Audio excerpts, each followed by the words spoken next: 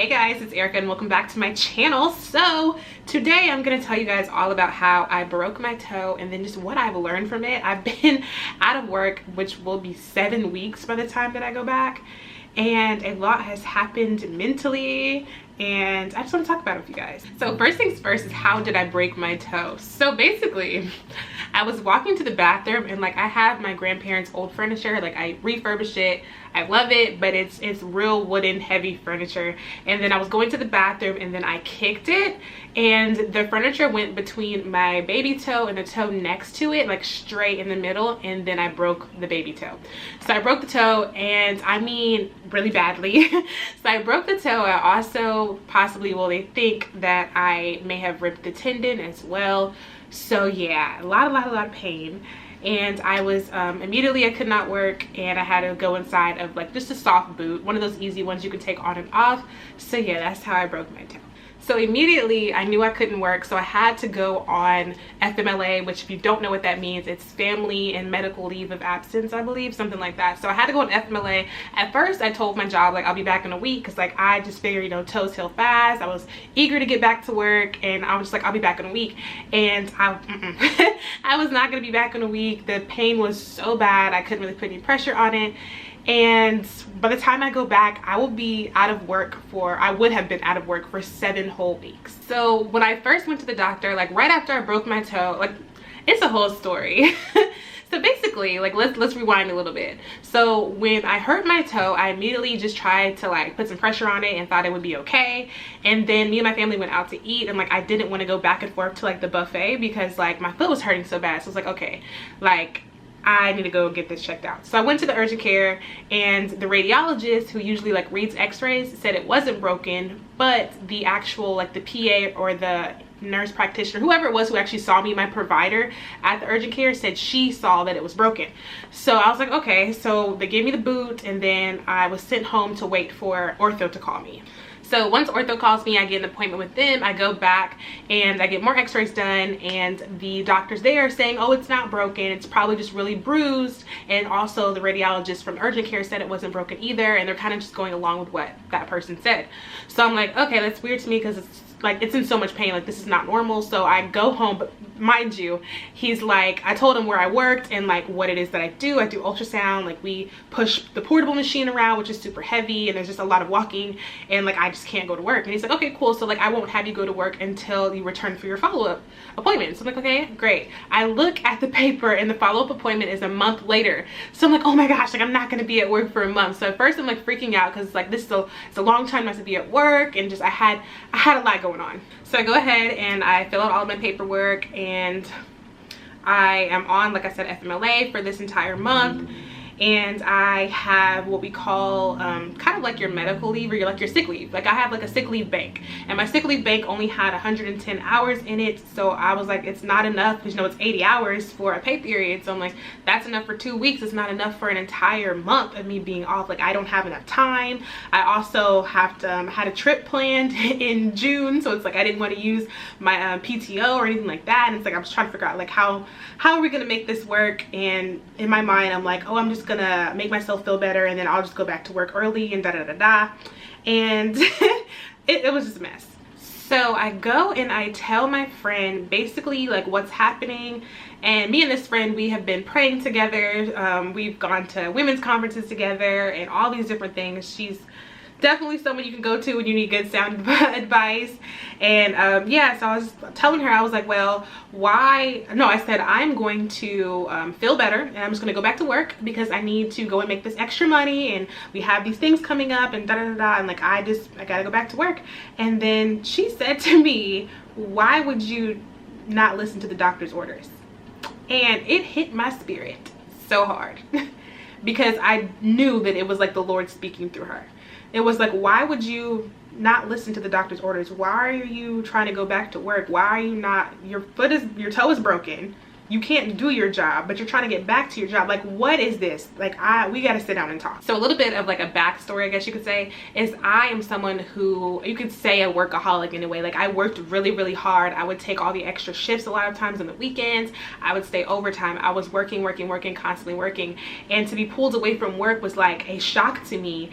And after like speaking to her and like just sitting with myself, it's like I knew within me that this was God. He was like, I'm gonna sit you down because you need to rest, and because I need to speak to you, and I can't speak to you if you're constantly working and running around. So about 2 weeks pass and my toe is still in a lot of pain, and I'm like, something's just not right. So I was like, you're an x-ray tech by trade, right? So I went up to the hospital and I got the films myself, or now they're on a DVD, but I got them, put them in my computer, and then lo and behold, my toe was broken and they missed it. So I was like, okay, that's crazy. So then I hit up my old x-ray professor. I sent her the images. She's like, yeah, your toe is broken. So like, okay, I'm not tripping, right? Okay, so then I took it back to the doctor and made another appointment with the ortho, and I'm like, hey y'all, look, like it's broken. And they're like, oh yeah, they missed it. So they missed that my toe was actually broken, and I was describing to him like the pain that I was in and stuff like that, and that's where we kind of figured out that I probably tore the tendon, which caused just a lot of pain, and like my toe would heal pretty quickly, but the tendon pain could be up to like 3 months. So I was just in a lot of pain. So after that experience, I told him like I can't work at the moment because of what I do, and I don't feel comfortable going back to work right now. And just, yeah, so then he gives me time off, and I look at the paper again and it's another month. He ended up giving me a month from the date that I visited him, which was like 2 weeks or so into the already a month that I was off. So the entire span of time that I'll be off of work was 7 weeks. So let's get back to the whole like God piece of it. So to be completely vulnerable with you guys, like I battled so hard. I battled with my title and my position. I can lose it, you know, like that it meant that much to me, and it shouldn't mean that much to me to be the lead tech or like whatever it was. But it's like the fact that, okay, well, if I'm off more than 3 months, or if I'm hurt longer than 3 months, that's past the FMLA, and like I'll lose my position, I'll lose my job. And I was just so attached and tied to that. I really put a lot into what I was doing. Like I felt like if I wasn't doing anything, not that I wasn't worth anything, but I did attach a lot of that piece of worth to me just performing all the time. And like the Lord had to sit me down so I could deal with a lot of these emotions and feelings. I also had to face the fact that I did not trust God the way that I said I did. I was constantly like, I trust God, he's this. I got a tattoo, where's my tattoo at? That says Jireh, you know, the Lord who provides, you know, like, and you know, I just trust the Lord so much. But like put in this position immediately, it's like I don't trust the Lord the way that I said I did, because if I did, I would be at peace with this. I was like, I have to get back to work because I need to make ends meet. I need to be there. I this, I that. And it's like I really was not trusting the Lord, because I would trust him to provide for me, to make a way for me. And I feel like this was another it was just a, what do you call it? It was a training ground. This whole 7 weeks has been a training ground. So the first thing that I did was I got in his presence as much as I could. So I would sit outside on the porch and I would just talk to him. I would tell him, God, I don't know what I'm doing. I am sad that I can't be at work right now. I feel like I'm missing out. I feel like a kid who was missing out on what everyone else was doing at work. Like, which is crazy, because some people would like die to be off of work, but for me, it was like, I'm missing out. So I would tell him that. I would get on my porch and I would be like, hey, like, I'm sad. I feel like I'm missing out. I don't know how I'm going to pay my rent. I don't know where this money's going to come from. I only have this much sick leave. Whatever it was. And I would just keep talking to him.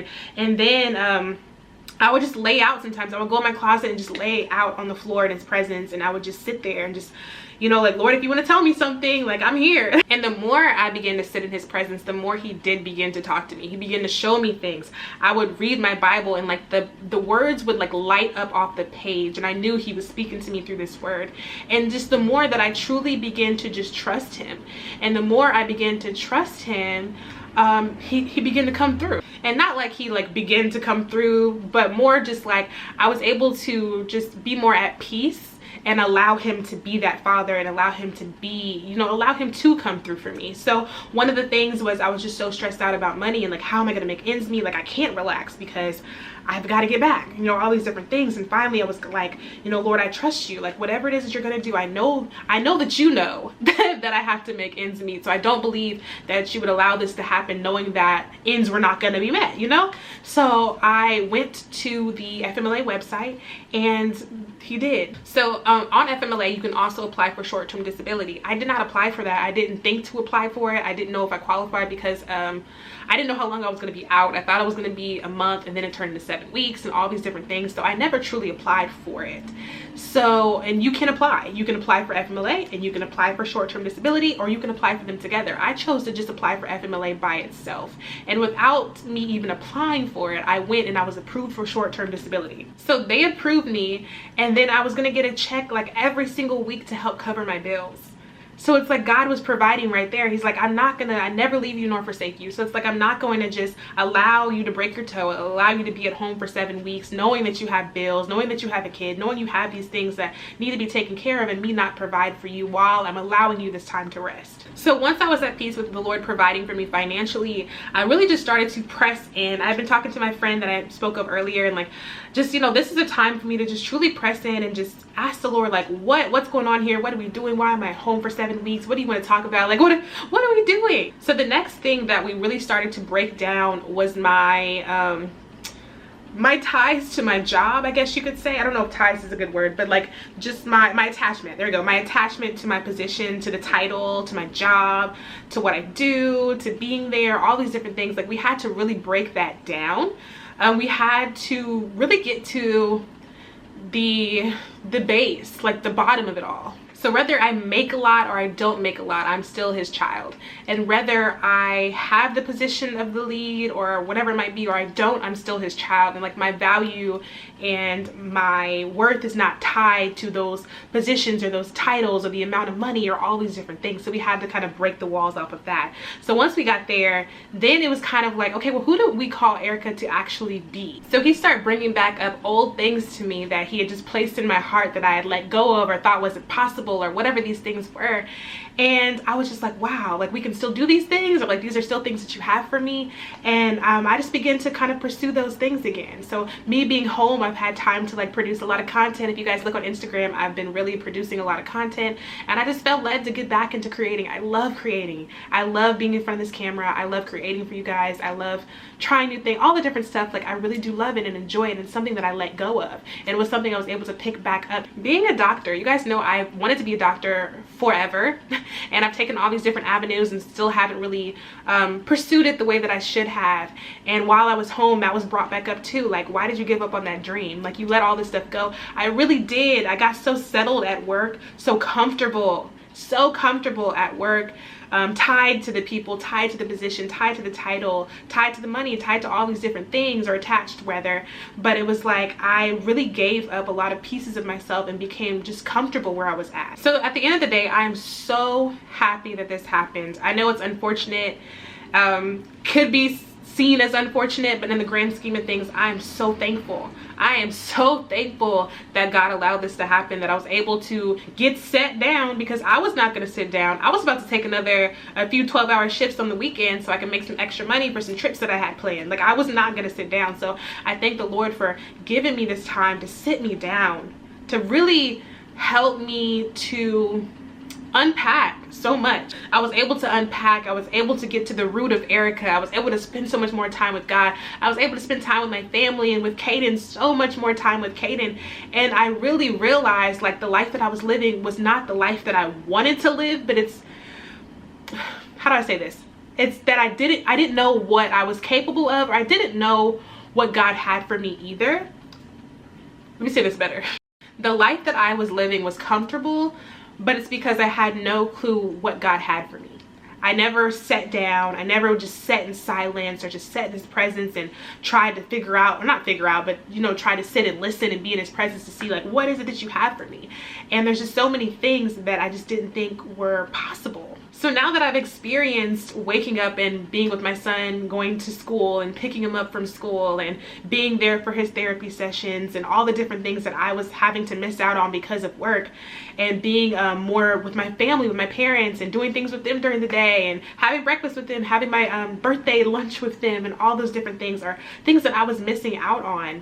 And now that I've seen it, it's like I don't even want to go back. Like, I don't want to go back to work. Like, I'm excited to go back and just see what's happening, but if I'm truly honest, like, I'm detached from that. I got to sit down and like work on my next course for the membership that I have. So I have a membership that's already up. There's a course that's already up, and now I'm working on a course about like pathology, or like things that are wrong in the ultrasound, and like how to find that, and like what it looks like in each organ and all the different stuff. So I was able to sit down and like work on that even more so I can put out my next course pretty soon. So I say all that to say, I don't desire the life that I used to have. Now I have I have a vision of like what life could be, what it could feel like to just wake up and work on content and work on my business and scan sometimes. Like, I don't know, you guys, like, I feel like this was such a life-changing 7 weeks, like life-changing. So that's pretty much it, you guys. We can talk in the comments. I am going to respond. I know in the past I did a horrible job of responding to comments, but I do want to engage with you guys a lot more, and I feel like you guys will possibly be seeing me a lot more because it is something that I enjoy. But I want to talk to you guys and just see, like, is this something that's happened to you before, or do you feel like this is possibly a season that you're in? Do any of you guys feel like you are comfortable in your position, or that you've lost sight of what the possibilities are because you've been so comfortable? But that's it, you guys. I love you all so much. Make sure you comment down below so we can get this discussion popping, and I'll see you guys next time. Bye, guys.